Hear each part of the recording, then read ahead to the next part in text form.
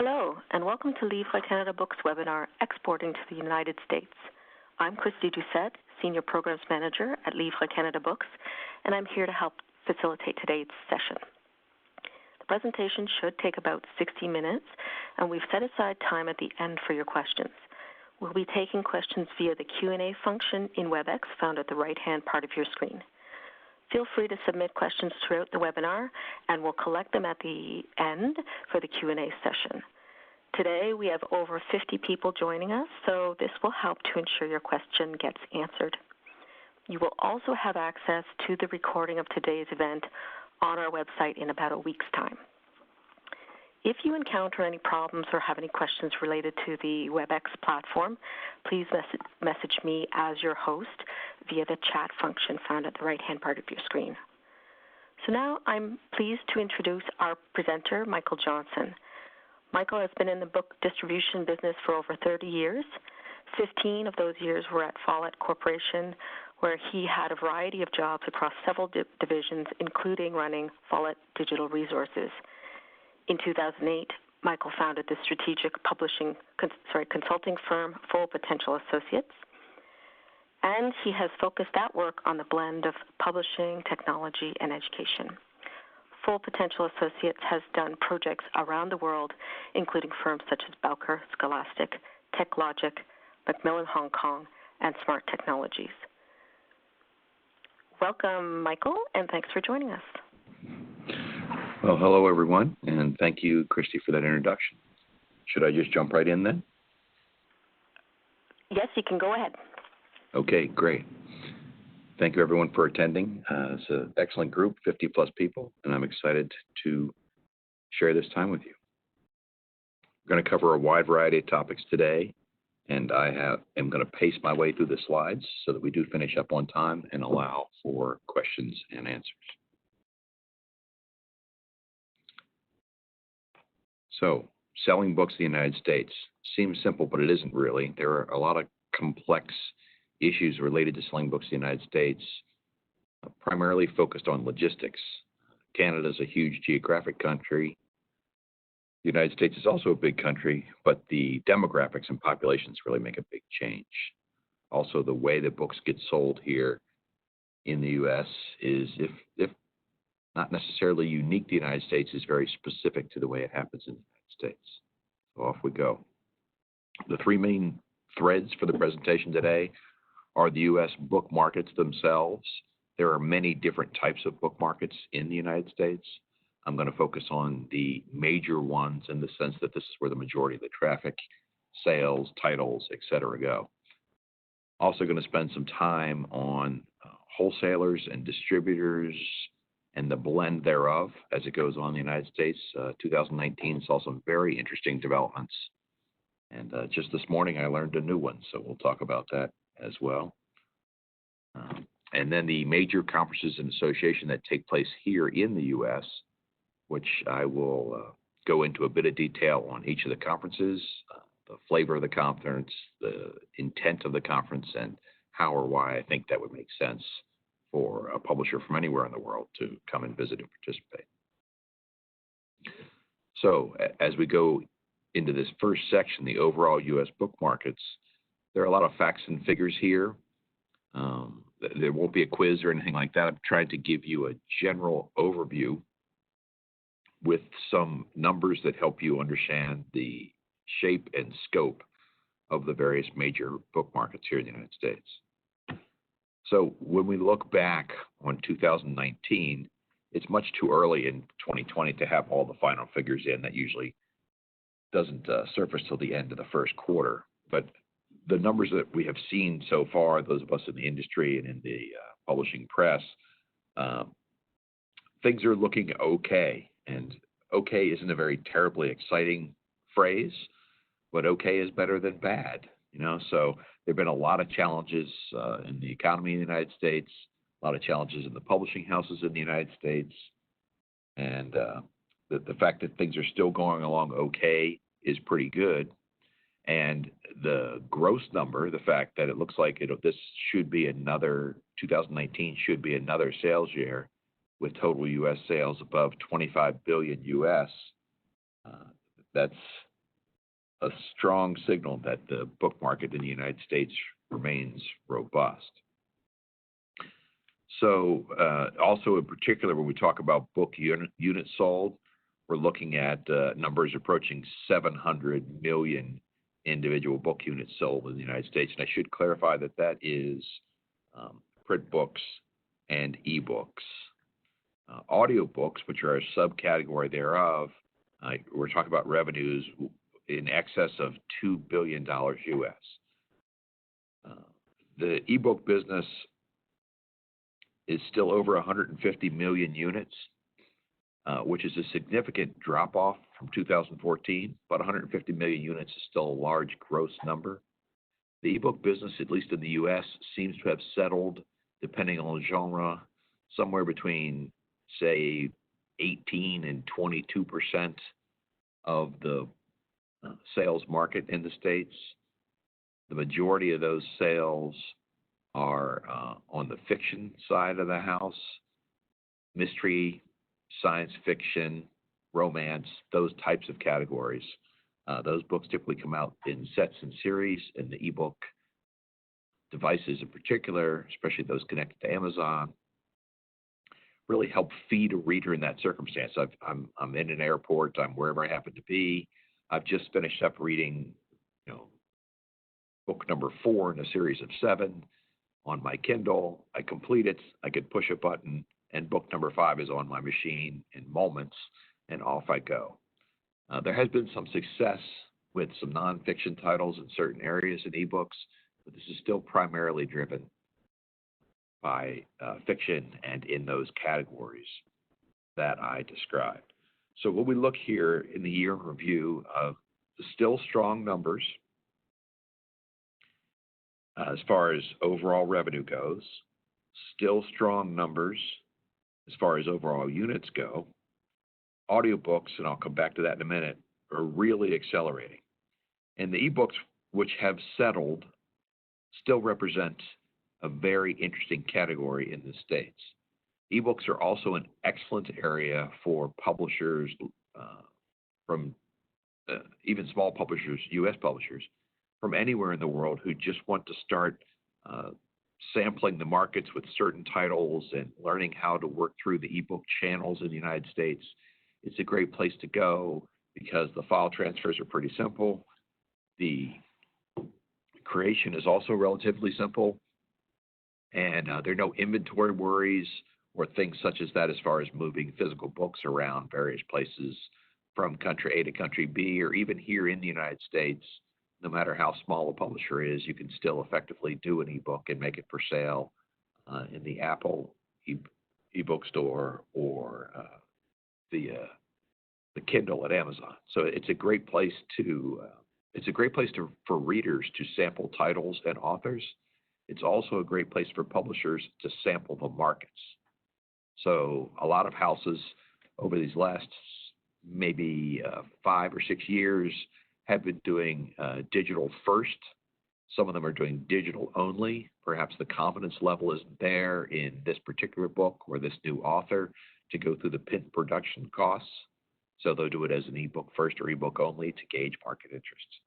So this is an excellent entry point, regardless of where the publisher is located, into the general trade marketplace here in the States, because Amazon and the Kindle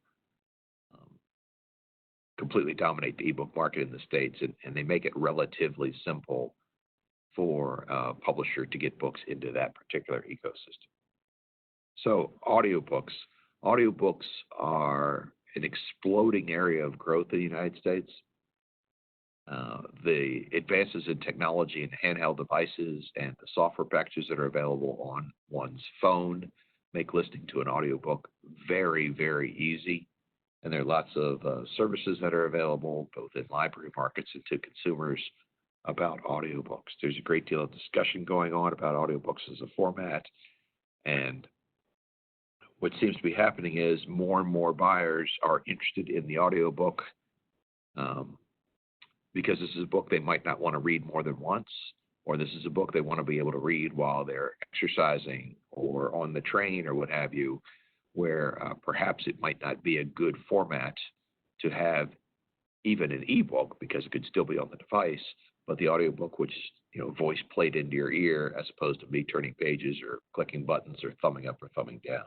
So we're seeing tremendous growth in the audiobook area. And I'm going to come back to audiobooks later for a new development that just was in the news today. So again, a quick snapshot. Things are okay. I wish that things were better than okay, but considering the alternative, okay is still okay. So when you start thinking about selling books in the United States, especially for people who are looking to either enter for the first time or to build upon whatever success they have achieved to date, the way the book selling marketplace works in the States, it's broken up into the regions that are described here. It's nine regions. I'm not going to go through and list all the individual 50 states and who belongs in what region. Two reasons for that. One, that's an awful lot of time to list off all the states, and also there's some overlap. Sometimes independent bookseller might belong to multiple regions for whatever their reasons. And then there are some states which have divided loyalties. Some of the independent booksellers would belong to, say, the New Atlantic, while others might be in the southern region. So these are the 9 main book-selling regions in the United States as defined by the American Booksellers Association. With all the ups and downs that we've had in independent bookstore retail through the last, say, 20 years or so with the major book chains, Barnes & Noble and Borders and Books A Million and those kind of things, and all the pressures that they put on the independents. And then, of course, more recently with Amazon and the pressure that they're putting on all the booksellers, the independent bookstore business has recovered very well in the last 4 or 5 years. And the independent booksellers are a great place for new authors and new publishers to offer their wares, because these booksellers have great passions for books and book selling. They also have a wide variety of needs to have events and other reasons for people to come to their shop. And so announcing a new author or doing a reading or a signing is a great way to drive traffic into the stores. The indie booksellers care a lot more about the stories and the books and the authors and the publishing houses than the major chains do, and certainly more than Amazon does. I mean, no disrespect to Amazon in that sense, but it's important to understand that this, for someone, again, looking for an entry point or to expand on existing business in the U.S., working with these regional associations is an excellent path forward. They also, each of the regions, have their own conferences where it becomes very simple for a publisher to hire a small table or stall and interact directly with the owners of many of these bookshops and talk about what the trends they're seeing, introduce them to your books, and have open conversations about what they're looking for and how your books would be of value to them in their bookshops. So it's the kind of one-on-one attention that you can get where you might be able to speak to 15 or 20 bookshop owners a day for a couple of days over a conference, which would be very difficult to do driving around here in the U.S. So these are the 9 regions. They're not divided up in any particular way. They're labeled very nicely, but it's not as if everybody gets, 1/9 of the 50 states. It just moves around. California, as you see here, has 2 because of the massive size of California, just sheer demographics, both in geography and in population. Where an area like the mountain and plain states, where you're talking about large physical states with low populations, places like Arizona and Oklahoma and New Mexico. Where in New England, there are some heavily populated states like Massachusetts, but also some very sparsely populated states, especially along the Canadian border, like Maine and Vermont. So this is a good reference point for you to understand how our independent bookstores are organized. And then later on, when we talk about conferences, I'll mention that I'll go back to the fact that they have their own conferences within their regions. And there's web resources available as well. So, as I was talking, bookstores are back. Used to be a question mark, and now I can emphatically say yes. This has been a trend going on for almost a decade. And according to the association, they have almost 1,900 members. And some of those members, as you can see by the second bullet, have more than one store. So these are excellent trends here in the States. Independent bookseller people are coming from a variety of places. Many of them work for the chain stores and became disenchanted, or their branch of the chain got shut down, or their entire chain vanished, and they decided to open their bookshop. They are very active. They are active readers. They are active hand sellers of titles, and they really have the pulse on their community. And a lot of the bookstores, as I said in the previous slide, they're great people to know to help you understand what's going on, as we say, on the ground here in the States. Because of technology and because of better inventory management, the bookstores are able to not just survive in this time, but to thrive. So they're doing more detailed inventory, different types of ordering with the people who supply the stores, and using technology to not only help them with inventory management, cash management, payments, and things such as that, but also some of them will either directly off of a website which matches their store, or through an indirect channel, sell books on the internet as well.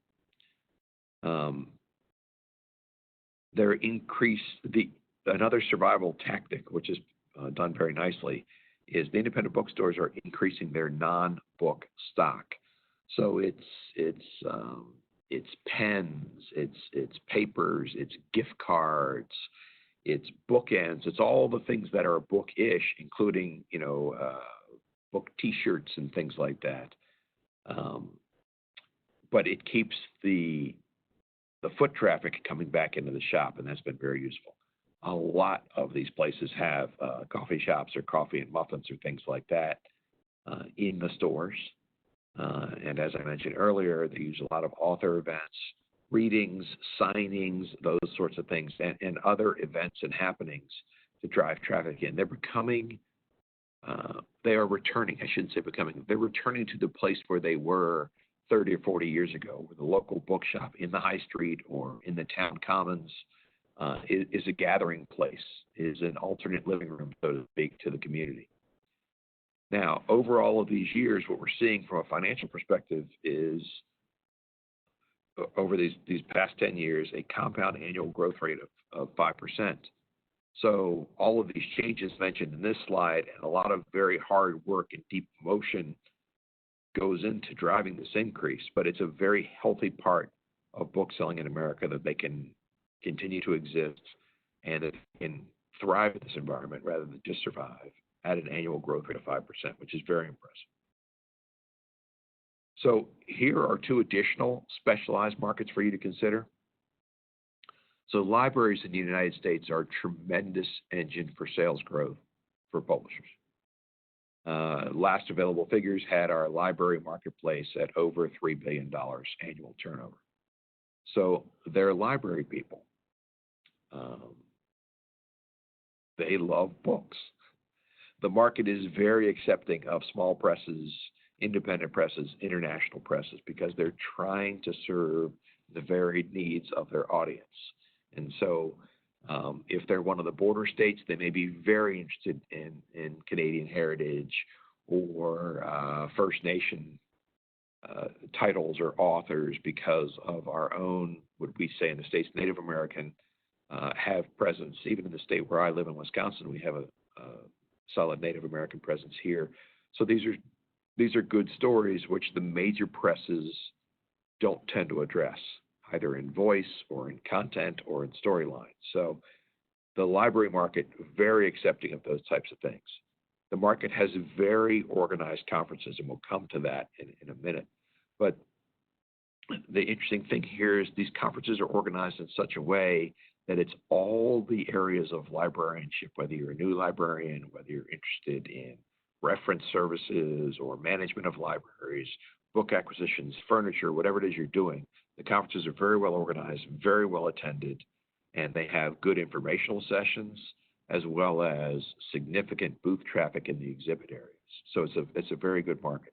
There are three main sub-markets of the American Library Association: the academic or university library marketplace, the public libraries, of which in the United States there are about 14,000 public libraries in the United States, and then our K through 12 or schools libraries, of which there are 90+ thousand. And each of those sub-markets have their own conferences, as well as the American Library Association in toto, which has 2 conferences a year. Now I have the last slide in the library, the last item in the library area, which is highlighted, is the Mildred Batchelder Award. This is an interesting thing that comes from the American Library Association. This is an award which is given specifically to books that were originally published not in the United States and not in English. It doesn't matter which country it is, not in the United States, and it doesn't matter which language it is, as long as it's not English. So they were originally published in a non-English language, not in America, and then translated into English to be sold in America. So the book buying public, especially in the library world, is very award driven. So this is a particular award for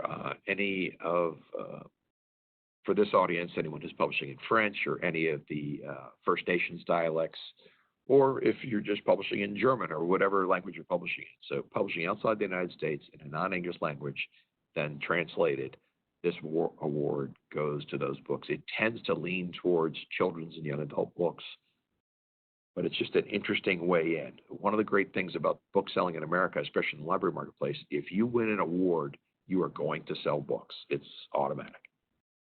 Another market that people don't tend to think about is our education market here in the States, which is over $12 billion. There have been some struggles here, primarily because the way certain state governments are viewing education, there's been some slashes in funding, but the market is still very big. And we have more students just in primary and secondary school at 55 million than there are people in the whole of Canada. And I say that purely from a scientific and market sizing standpoint, but the market itself is huge. The best entry for international publishers is into the supplemental area. So if one is teaching the Age of Exploration, so you have all your European explorers and things like that, and they're getting the textbooks from our 3 main textbook publishers, you may have great content about exploration in French Canada or in English Canada, which could be a supplemental title to the main textbook in that area. I can't think of a single circumstance where a Canadian textbook publisher won as an adoption of core curriculum in the United States. However, the supplemental, where your books are supporting the core textbook, that's a good market for any publisher. So again, both these markets, large markets, and if you get small fractions thereof, they're still large numbers, which is good to know. So now we're going to talk about wholesalers and distributors. And this whole process gets grayer and grayer rather than clearer and clearer. So I'm going to try and help shed some light on all of that. So the United States is a huge country. Again, not as geographically large as Canada, but our numbers are staggering and they continue to grow. So at last count, 327 million people in the United States. We have 34 cities with over 500,000 people. There are 10 such cities in Canada, and our 34 cities are spread coast to coast and border to border. So they're all over the place. So ours is not a country where even our U.S.-based publishers, except for the largest of the large, can effectively, by simple modes of transportation, get to all of these population centers. You can't. And when the bullet here that says you simply can't cover it on your own, that's not directed at Canadian publishers or British publishers or Portuguese publishers. Unless you're one of the massive houses who have hundreds of sales reps and billions of dollars in sales and marketing budget, you can't cover this country. It's just too big, and there's too many places to go. And every major city has a whole series of book events, which you could never get to all of them, et cetera, et cetera. I say that actually as a positive, which is there's so much opportunity that one cannot reach it all without the scope of a huge organization behind you. But there are networks in place to help you. So there exists a series of firms who exist solely to solve these types of problems. So wholesalers and distributors. We also occasionally use the word jobber, right? So there were a bunch of labels that we used to put on things. 25 years ago, this was very clear. Wholesalers did this and distributors did that, and never the twain shall meet. But the lines continue to blur. The lines continue to blur for a couple of reasons. The first reason is the firms which used to do it a certain way and do it quite nicely couldn't pass on to the next generation or couldn't manage the scope and scale of what was going on, have the technology pieces to be able to keep up with all the different trends and changes and formats and things like that. So wholesalers became distributors and distributors became wholesalers, kind of crossing over the line. I don't draw a distinction any longer, because, certainly in a setting which is only an hour, but the functional piece is you need to find the right partner. If you need two, that's fine. If you need a distributor and a wholesaler, okay. Most wholesalers can handle both duties, and most distributors distribute to wholesalers. And so, as the first bullet says there, the line continues to blur. Now, all of them represent a wide group of publishers. Huge ones, small ones, couple of titles, single published authors, all sorts of things. So regardless of what one calls this particular partner, you're not going to be their only client. They're going to represent a wide group of publishers of different sizes and types and prices and bindings and things like that. This group, this network, which is here to help you, they call directly on bookstores, they call on the online retailers, and they call on the end customers if the end customers are institutions. So they would have a library sales force or a university sales force or a university bookstore sales force as opposed to a trade bookstore sales force. So they are representing a very wide group of publishers, and they are calling on a very wide group of end customers, which would also include our big box stores, our Walmarts and Costco's and things like that. A big thing that happened last year was Baker & Taylor, which was a 100-plus-year-old organization, which did both wholesaling and distributing, decided to cease all retail distribution. So they have closed that shop entirely, which sent shockwaves through the industry here because everybody had to gather. They had counted on Baker & Taylor to do this thing or that thing, and now they're not doing it anymore. Baker & Taylor, which was sold to the Follett family and became part of the Follett Corporation, still maintains its library sales force, but they are not selling to retail at all. So Ingram, which was already a large player in this group, is now the dominant player because the number two player, Baker & Taylor, has just left. IPG, the US-based IPG, Independent Publishers Group out of Chicago, they're growing. They're picking up a lot of that Baker & Taylor business, as did Ingram, as did some of the very small players. And IPG is also adding a variety of other services to the publishing community. And IPG itself bought a few smaller firms over the last 2 years. Now, just this morning, George Coe, who was the president of Baker & Taylor when they were sold to Follett, it was announced that George Coe has gone back to work for Brodart, which is another large distributor focused primarily in the library business. But we don't know what George's plans are going to be. He has a lot of experience in the retail business, and perhaps, Brodart may begin to exert itself into that void that was left by Baker & Taylor. So there's a lot going on here. There are many of these wholesalers and distributors. I've just listed the major ones because when you get into the smaller ones, they become very genre specific. University of Chicago distribution, right? They're excellent, and if you have academic titles and university titles, things like that, they're also a good player. There are also small regional players who might be of some interest, and they're just not covered in the time allotted to me today. But those smaller distributors and wholesalers would be attending the other conferences I mentioned for the independent booksellers. So there's a lot of options, basically. There's a lot of people here to help you.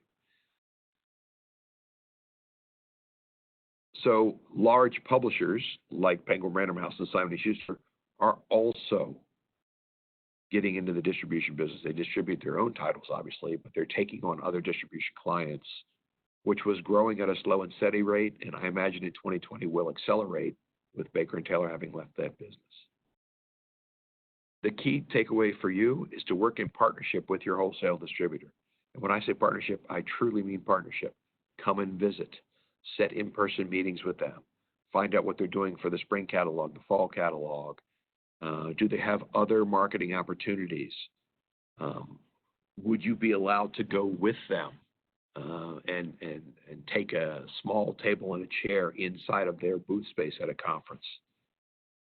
And what are their print and digital services? Everybody, so Ingram does, Baker & Taylor does, IPG does, and a few of these other people will be your print-on-demand company if you would like to do that.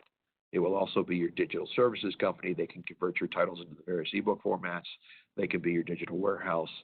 They're doing anything they can to help reduce how high you have to jump over these various hurdles to make sales in the United States. Because while you have content and you can sell it a variety of ways, they don't. Their success is entirely dependent on them helping publishers distribute their titles more effectively and profitably. So now we're going to talk about some conferences and associations. But before I get into that, I want to tell you the other thing, which happened yesterday but was reported this morning. I mentioned audiobooks earlier. And audiobooks are a big deal and are becoming a bigger deal month by month, quarter by quarter here in the States.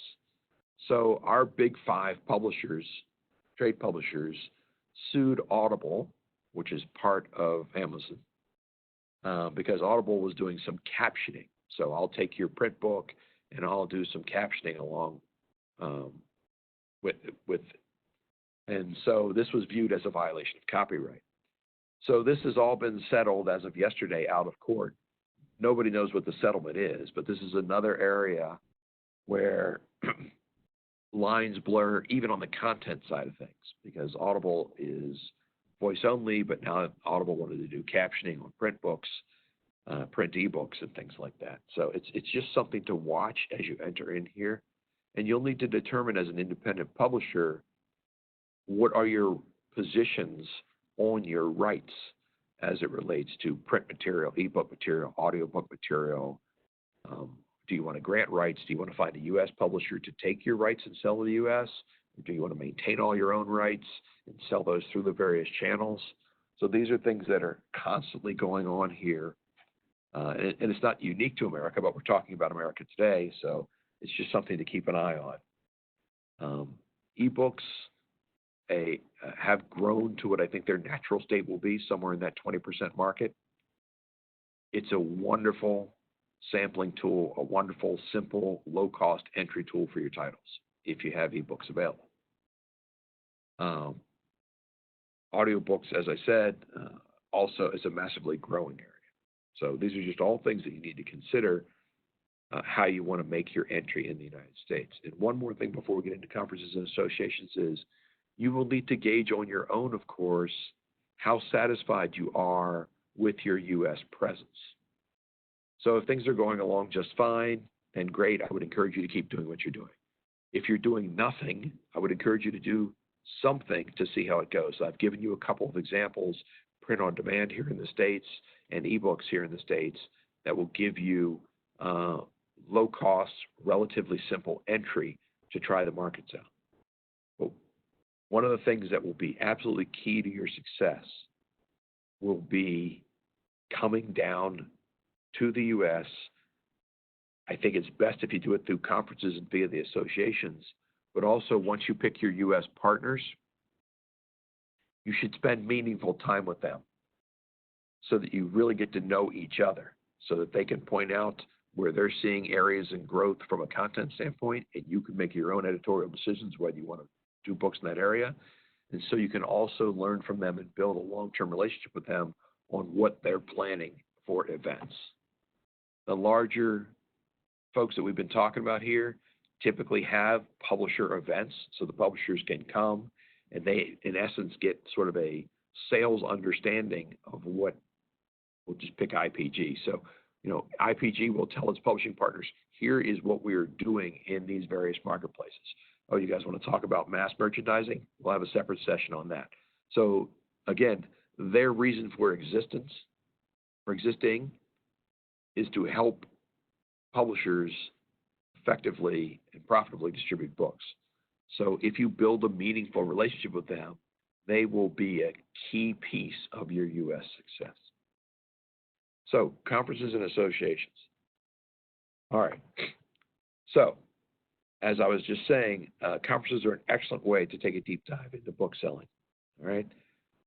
Go down, bring a sensible pair of shoes because you're going to do a lot of walking. These are big events. You can meet with multiple distributors. You can meet with printers here in the States, with technology companies who will help with inventory management or search engine optimization or website design or whatever it is. The major conferences in the United States are full of everybody who does anything in the business. There are even opportunities to do book signings in a booth. Most of these conferences have separate signing areas, so you can do some low cost, it's not no cost, but you can do some low cost promotion.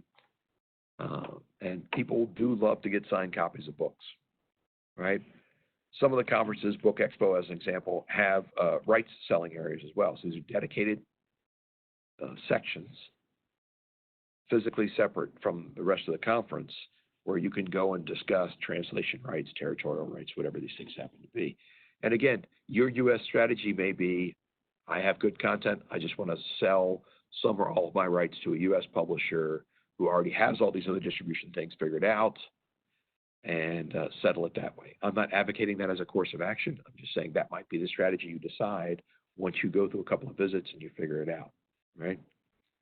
So definitely combine these trips to these conferences with other U.S. appointments.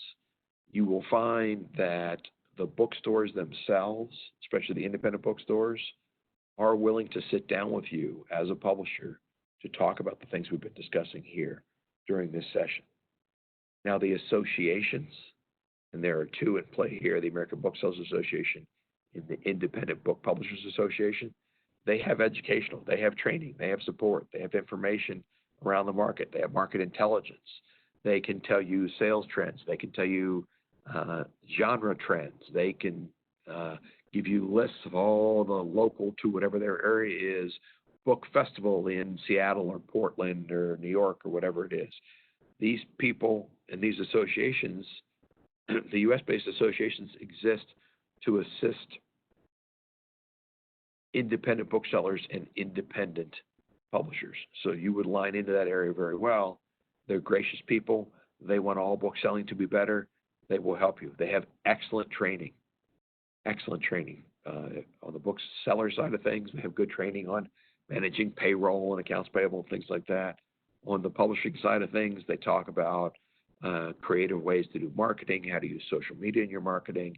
And these sessions are valuable, and they're taught by actual experts who have had success in these various tasks across both the publishing and the book selling arena. But don't think just because this is a booksellers conference that you shouldn't go. And we'll go into that a little bit further. So this is just a general overview of the ideas of conferences and the associations we have here, right? So here are some specific conferences. Book Expo America, New York City. It's almost always in New York City. It's almost always at the end of May. So there's time yet to come if you want to come. It's our biggest bookseller show in the States. And all of the things I discussed all the way up to this slide are going on at Book Expo America and other, because Amazon is there, Apple is there, all the ebook vendors are there, publishers, technology companies, outsourcing firms who do typesetting, printers, what have you. The American Library Association proper, it has 2 conferences a year. The Midwinter Conference, which is much smaller, and unless you were very close to it, for some reason geographically, I wouldn't encourage you to go to that one. The annual conference, which has tens of thousands of people come to it. This year, it moves around year by year. This year, end of June in Chicago.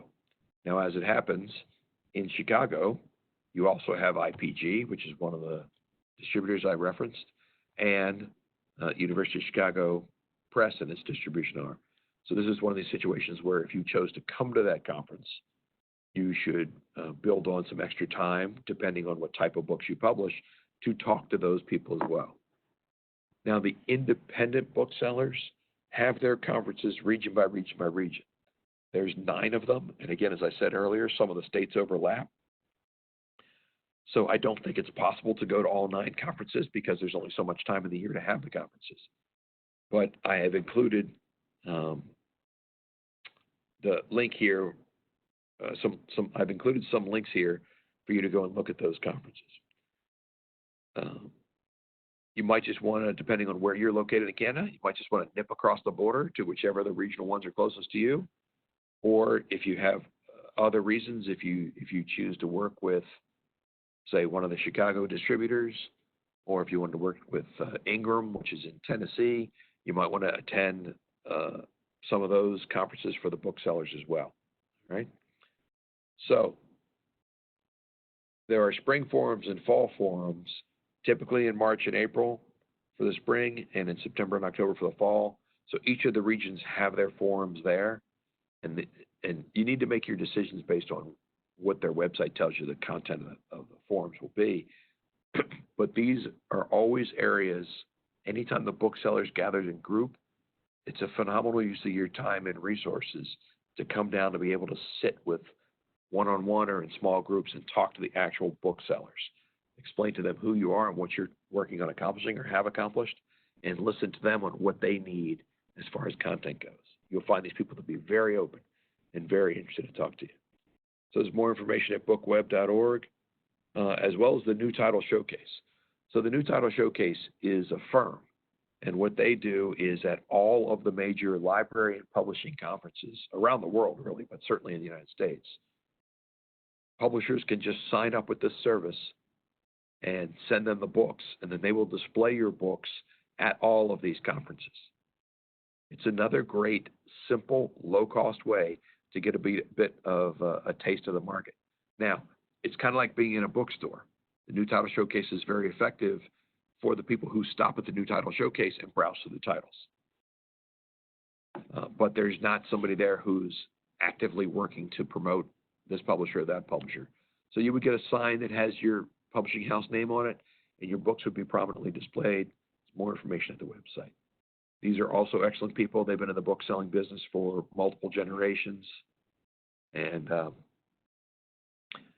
they're really knowledgeable about the types of conferences. So if you speak to the New Title Showcase people and say, this is the type of publisher I am, here's what I'm trying to accomplish in the United States, they will have meaningful suggestions, which in some cases may be to their financial disinterest on where they think you should go, because they go to every conference. So that's some specific conference details. Now, here are the associations again, all right? The first one, the Independent Book Publishers Association. So certainly check out that web link there, ibpaonline.org. A lot of resources in there. If you join the association, there's even more resources available to you.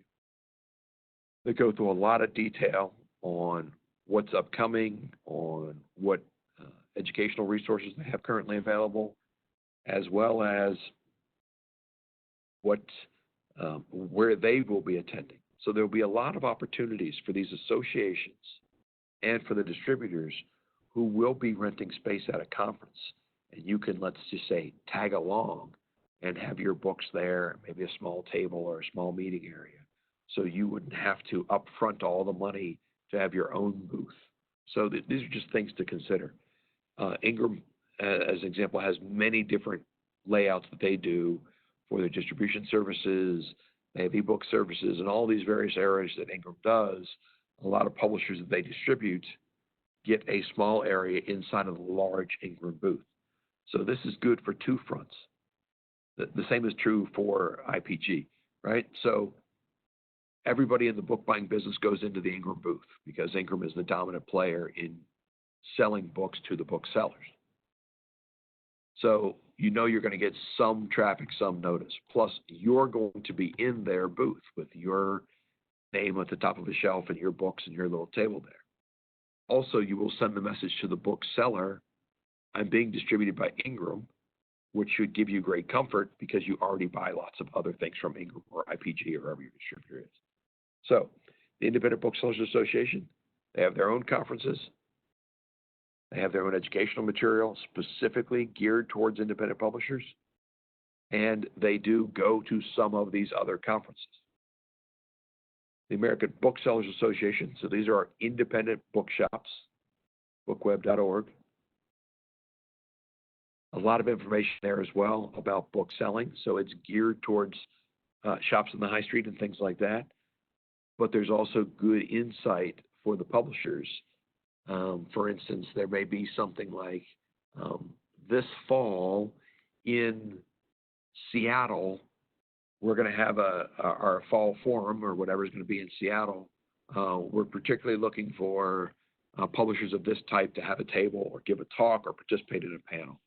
So there's lots of great ways that don't require you to mount your own specific, organized, and expensive marketing and sales campaign by working through and with these various organizations to get access to the information about how sales are going, what the trends are, where things are strong, where there's holes, and also where there would be conference opportunities where you could be a component of a larger spend as opposed to making a large spend on your own. And inside the independent booksellers, there are every type of books you can imagine. There's mystery bookstores, there's fantasy bookstores, there's gaming bookstores, there's feminist bookstores, there's LBG bookstore. So all of these people are represented inside of the IBPA. So depending again on the type of content you're trying to sell, they will be able to help you build those relationships with the actual end sellers of the books. So it's really it's a good thing to do. American Library Association, as I said, the two main conferences, the summer is the one I would encourage you to go to, unless the midwinter one is very close and you can do it very cheaply, because the summer is larger by an order of magnitude, and all the people in the book business will be there. Within the American Library Association, there are those major categories. Like I said, there's academic libraries, there's public libraries, and there's school libraries. They each have their own conferences, and you can just go to the ALA website and find that out. And then there are also associations in the States specifically around, let's say, academic and scholarly publishing. STM or STEM or STEAM, as they now say, whatever these things happen to be. So they each have their own associations as well, or this association inside of a larger one that might speak directly to the type of content you deliver and the type of bookseller and book reader that you're working on for marketing and selling your books. So there's some other things to consider as you look into how to break into this gigantic market, right?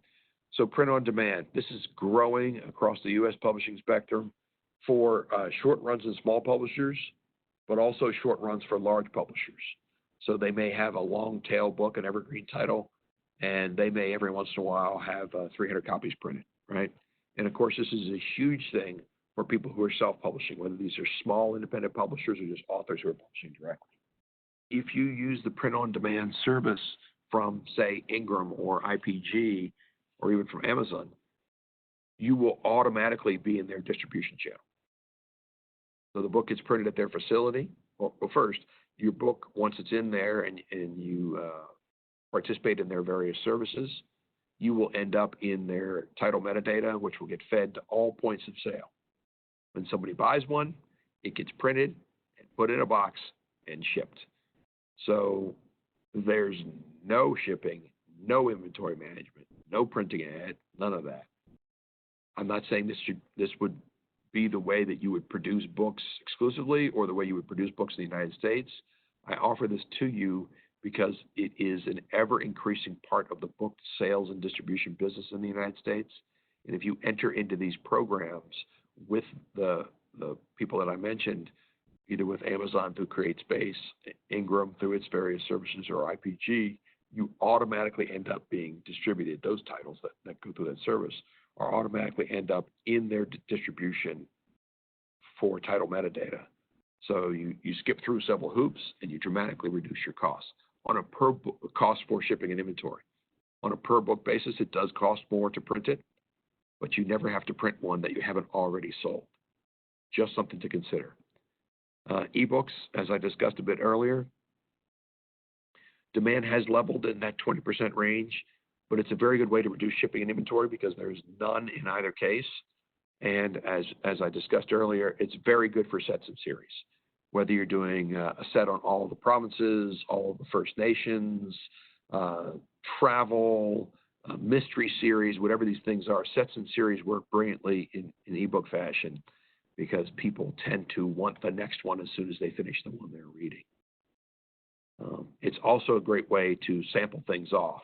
There are all kinds of methodologies inside of ebook technology that would allow you to say, give a chapter away or something to try and tease the reader for this new author or this new series. Audiobooks, I've talked about that a great deal today because it is a great big deal here in the States at least. It seems to be an ever-growing business. So, in summary, this is a huge market and a huge marketing opportunity.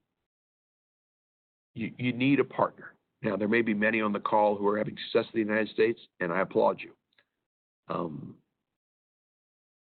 The question would be, are you interested in increasing that success, and how would you go about that? So if you already have a U.S. distributor, how's that relationship? If it's a good relationship, then I would encourage you to deepen it and find out how they can help you sell more books. If you don't have a U.S.-based distributor, then you should find one. There are lots of ways. Partnership, considering this person here in the States as your partner, will be the key to your success.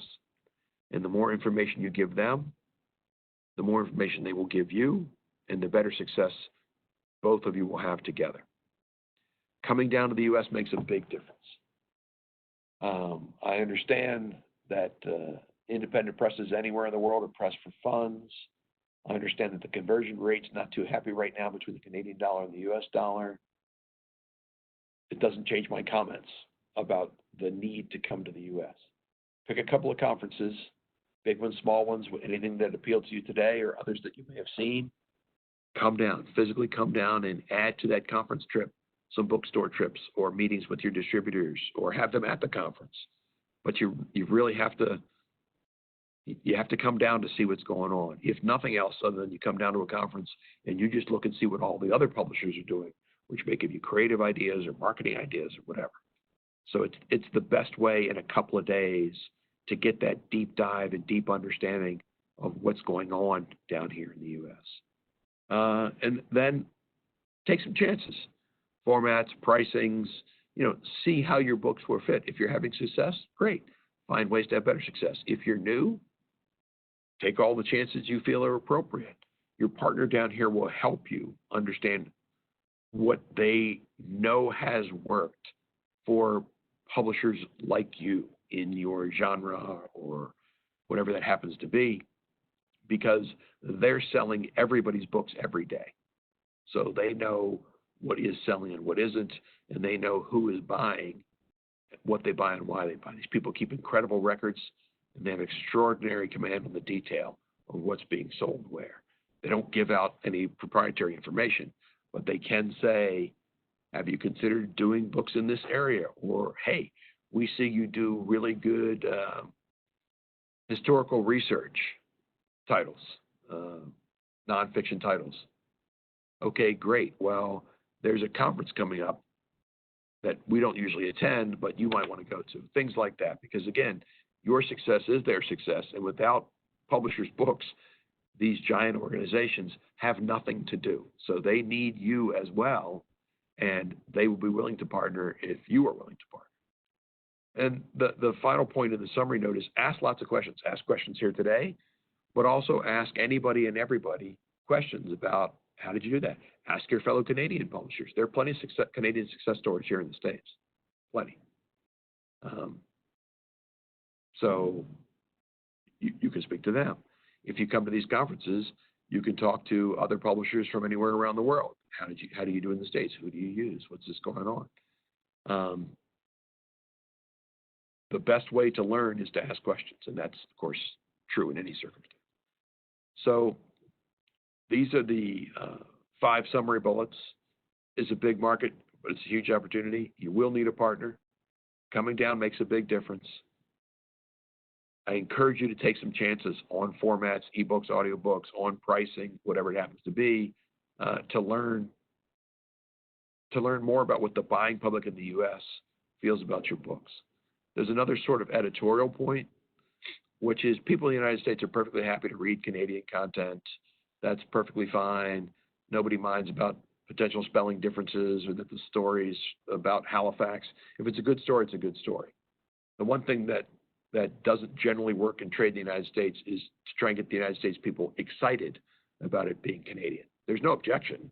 They're just not going to be as excited about none of it than somebody from none of it would be, or a Canadian would be, or whatever, because the American buying public is more interested in America. And I don't say that I don't want it to sound xenophobic, especially in these current times. But the notion is you shouldn't be afraid to be Canadian. You just shouldn't expect the Americans to care. And that's sort of the piece of it. Some of them, I mean, there are plenty of tremendous Canadian stories that have done very well here in the States. So we're just about up on time. A couple of minutes, but we can jump into questions now and go from there. That sounds great. So we can move to open up the floor for questions. Just a reminder that we ask you to put your question in the Q&A function with the Q&A box on the right-hand part of your screen, and Michael will be happy to answer them. I'll just start off with one of the questions we saw during the presentation. You had mentioned in one of the first slides that there was a drop of 30% in ebook sales. Is there an understanding for that drop? Is it a result of the audiobook sales or other? So I wouldn't be so bold as to say I have an understanding, but the trends seem to be indicating a lot of people tried ebooks, and each year a lot more new people tried ebooks, and then at a certain arc, people who were new to ebooks and didn't like them didn't buy the second, third, or fourth ebook. So it was kind of this mad rush for the first 4 or 5 years where people enjoyed ebooks. They told other people tried them. Some of them enjoyed them and some of them didn't. So you hit this high arc because everybody was trying them because everybody said you should try them. And then some people discovered, no, actually, for the most of the books that I read, I'd rather have a paperback or I'd rather have a hardback or, whatever it happens to be. So it wasn't that there's something wrong with ebooks. And I don't think, and I don't have any statistics either to support that audiobooks are taking away from ebook sales. I just think ebook was such a mad craze for so long. It hit its arc and is now settled in. But 20% of a market this large is an appreciable number. So that's what it appears to be, that there was a fervor or a high joiners arc in the beginning, and then some of those joiners decided to fade away, and so it's settled in. I think we've seen something similar in Canada as well. I have another question here. If a small independent publisher has an established U.S. distributor, would you recommend that they keep distribution rights in the U.S. rather than try to sell rights to a U.S. publisher? So the general answer to a question like that is, if you already have a U.S. partner and you've kept your rights, I would counsel you to continue that way and then just find a way to either make that partner a better partner or find a better partner. Controlling your rights gives you the opportunity to do all the things I discussed, or any of them that you want to do, whatever. If you surrender your rights, then that right holder is going to make their own decisions and things like that. I'm not against selling rights. I think for the particular type of content or particular publishing house, that may be the perfect answer. So these are very specific to the house. But if you have a U.S. distributor and you've held your rights, I would encourage you to continue on that path. And if your partner is a good partner, make them a better partner. If they're not a good partner, find a good partner. And what's a tip for having a good experience at a conference in the U.S. if you don't know anyone specifically? Is it common to make appointments in advance, like in the UK conferences? Right. So at Book Expo, it is meeting driven, just not as heavily as it is in Europe. Frankfurt being the most meeting driven, and then London after that. So yes, I would encourage you to have enough meetings scheduled before you leave, so you'd feel good if that was all that happened. So I'll just randomly pick a number. If the conference is 3 days and I have 4 meetings a day, that's a dozen meetings. That'll be grand. I'll be happy. And then leave plenty of room for serendipity, because you're going to bump into people and you're going to see a thing and you're going to want to talk to somebody, or you'll be talking to this person and they'll say, oh, there's Sally over there. Let me introduce you to her. So leave some room for serendipity, but I would encourage you to schedule ahead. So pick a number of meetings that will make you feel as though it has been a success, leaving plenty of room for serendipity. Also, have your partner help you. Now, if you don't have a partner and you're just wandering around, it's going to be harder to get individual meetings.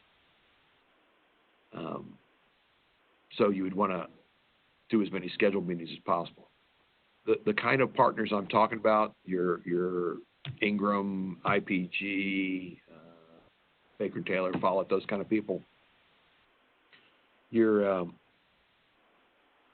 you're looking to determine who your partner should be, and Christy, I just had at Book Expo this past May, one of the mentorees actually, I think they may have signed a deal on the conference floor. It was prepared. It wasn't just some random thing.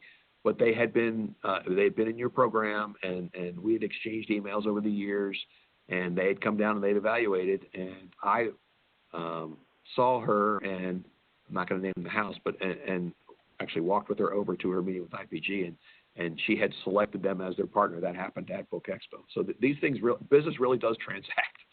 So that was a very long answer. So I'll sum it up. Well, that's some great advice, because that really does, some wonderful things really do happen between scheduled appointments at any fair or conference. Exactly. At the large book conference, for example, the one in New York, so the New York Rights Fair, the BEA now, are the education publishers there? Is there a specific section for education resources? They haven't done that for the past couple of years. So when we talk about education publishing here in the United States, we are talking almost exclusively about the textbook publishers, of which we only have 3 left. Whatever's left of Pearson in the K-12 world, and McGraw-Hill K-12, and Houghton Mifflin Harcourt. The higher education publishers, they will attend these conferences with their reference materials, but not with their textbook materials typically, unless they're doing a major digital platform release. So the quick answer to your question is, I would say in today's world, no, there's not a segmented area for educational publishers. Okay. Do we know what percentage of the audio book sales are in physical format versus digital/subscriptions? It's overwhelmingly digital.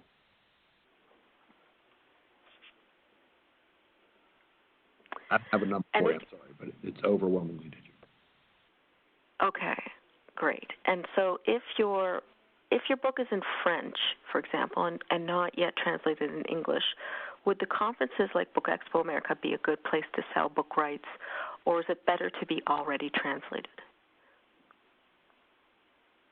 So at Book Expo and at London, there would be people there who will do the translations, who will buy the rights, or there'll be translation services. So that comes down to 2 things. For the house to decide, what are my economic goals? Do I want that rights check and be done with it and hope everything works out okay? Or do I want to maintain my ownership and have more control over things? So there will be translation people there, yes. There will also be people who will buy the rights in the native language, and there will be people who will buy the English language rights and handle the translations on their own. So it's really a house-dependent decision. But all of those people would be there at the rights fair. So if we have any other questions, please go ahead and type them into the Q&A box. Is there a book fair for travel books? Do Americans buy guidebooks for Canadian provinces or histories? So I don't think the travel book fair still exists. I don't think so. I will jot that down and I'll get back to you, Christy, if I do find that. You can tell. But certainly there are travel sections and travel publishers in all of these areas. Do Americans buy travel books for Canadian provinces? Yes, absolutely. Americans travel, and Americans like other people to tell them where all the cool stuff is, because, Americans like to run into a place, see 7 things in 2 days, and then leave and pretend they had a cultural experience. So, sorry for knocking my own people, but that's the matter. So yeah, I would say more and more of these things are done digitally, though. But people are still buying the paperback guides from all of the, Foders and Frommers and all those sorts of things. So yes. Great. If we go to a book festival, can we sell directly or do we need a permit? So this is one of the joys of living in America. That is a hyper-local decision. And of the millions of municipalities and counties and things like that, I'm in no position to gauge that. Typically, if you're at a festival in the traditional sense, it's open air or it's just a great big room with a lot of tables. It's a lot of cash and carry, and not a lot of stuff gets written down and things like that. And I encourage anybody to break the law, but typically no. If you're selling at one of the major fairs or major conference, then yeah, whatever the laws are of the city, then you would have to hold back and submit taxes and things like that. But it's a hyper local. It's the kind of thing that would be on a FAQ page or something for any conference, or you could just ask the conference organizer. And they will know, because they are obligated to understand and convey those regulations. Great. Is there somewhere that one can easily access a list of educational K-12 distributors, the associations, for example? So when you're in K-12, you have two sort of channels of distribution, right? And there's 2 categories. So the big publishers, the 3 giant ones that I named, plus I'll put Scholastic in that category as well, they distribute directly. So they have no sales force. They don't take other people's lines. It's a one firm operation. They win the massive adoptions, tens of millions of dollars on an annual turnover basis and things like that, and they are monoliths controlling all aspects. Now, if you want to sell them to the classroom supplementally, there are some firms that do that. I'll have to get the exact name. There's a group called the Educational Media. I don't know. I'll get the exact name, Christy. I'm sorry, but I will get that name for you. There is one group which is focused on people who do the supplemental classroom material that I mentioned, as well as dictionaries and thesauri and things like that. So I will get that and send it to you. Great, and I'll forward those on. Now, if you're selling books that are fiction titles, or they're nonfiction titles about like mammals or Canadian provinces or things like that. So these would not be a mainline textbook, which I'm going to read from for the entire year. But when I'm studying that aspect of things, mammals, trees, the reproductive cycle, Canadian provinces, First Nations, the California missions, those kind of things. Now you're going to sell those things into the school library marketplace, and there are two. So the school library marketplace has its own association, the American Association of School Libraries, and you can find that off the ALA page. And then there's two distributors. One is huge and one is small but growing. The huge one is Follett Corporation. They have a super majority share, something in the 60s and 70% of distribution. And the other one is called Mackin, M-A-C-K-I-N, and they're the small but growing. And so those are the two big. But then there's lots of little regional players who just go to the schools in a tri-state area or whatever that happens to be.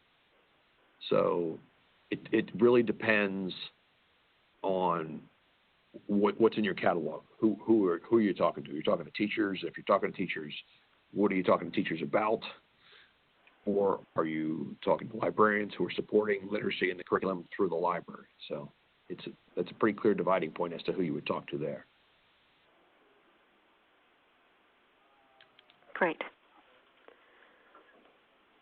If I am an emerging exporter and I'm looking for a distributor, and for example, if I have niche content, would it be best for me to what strategy might be best? Should I attend the conference circuit looking for a smaller distributor that might meet my needs more directly, or go with one of the big guys to cover all of the states? So that's an excellent. Well, they've all been excellent questions. So I will give you two answers which would appear perhaps to be in conflict. The one is, if you can find a smaller distributor and you truly believe that they will pay you close attention, then I would work with a smaller distributor as you built yourself up. If the smaller distributors don't present themselves in a way that makes you comfortable that you will get that specialized attention that you should get from a small distributor, then I would move to print on demand or something from one of the larger publishers, because a small press is not going to get into Ingram. This is an enormous firm, and they simply can't afford to bring on small presses because the services they offer their publishing partners for the traditional distribution are massive. So they have other things they do, other programs like Ingram Spark and Lightning Source, where anybody can get in there and get their book published and get it in that distribution chain. So that the answers are not in conflict. It's an honest answer. You have to find the right partner. The right fit for you. Yeah, it comes down to fit. And a lot of this, and this doesn't sound like a businessy answer, but a lot of this is, how do you feel about your contact person at your distributor? If you feel like they're listening to you and they are truly vested in your success, then stay where you are and figure out how to grow that relationship, or start there and grow the relationship. If you don't feel, because the smaller people should be able to pay you an incredible amount of attention because they're small and the publishers they deal with are small. If you're not getting that level of attention, then look for a side door into the larger publishers, which would be ebooks or the print-on-demand programs, because every title that goes into those programs automatically goes into their extended catalog. Now, they're not going to spend a lot of time with you because they can't, but you will automatically be in the biggest catalogs in the country. Now, you still have a marketing challenge of how do you let people know. I don't know how many clients I've had through the years who said, well, we got our books listed on Amazon. I said, well, congratulations, but there's millions of books listed on Amazon. If you hadn't have told me, how would I know? So that the marketing challenge still exists. Great, thanks. I will say to anyone, if we've missed any elements of your questions, feel free to email me after the session, and I can reach out to Michael and see if we can clarify some of the questions if we didn't get to them all. Great. So I don't see any more questions. So as we've now come to the end of our webinar, I'd like to thank Michael for such a comprehensive view of the American publishing market. If you'd like more information about working with a U.S. book wholesalers, you can check out Michael's market guide on our site under Guides and Reports. I'd also like to thank the Canada Book Fund component of the Government of Canada for the financial support for this event, and for all of the participants for joining us. Thanks for listening.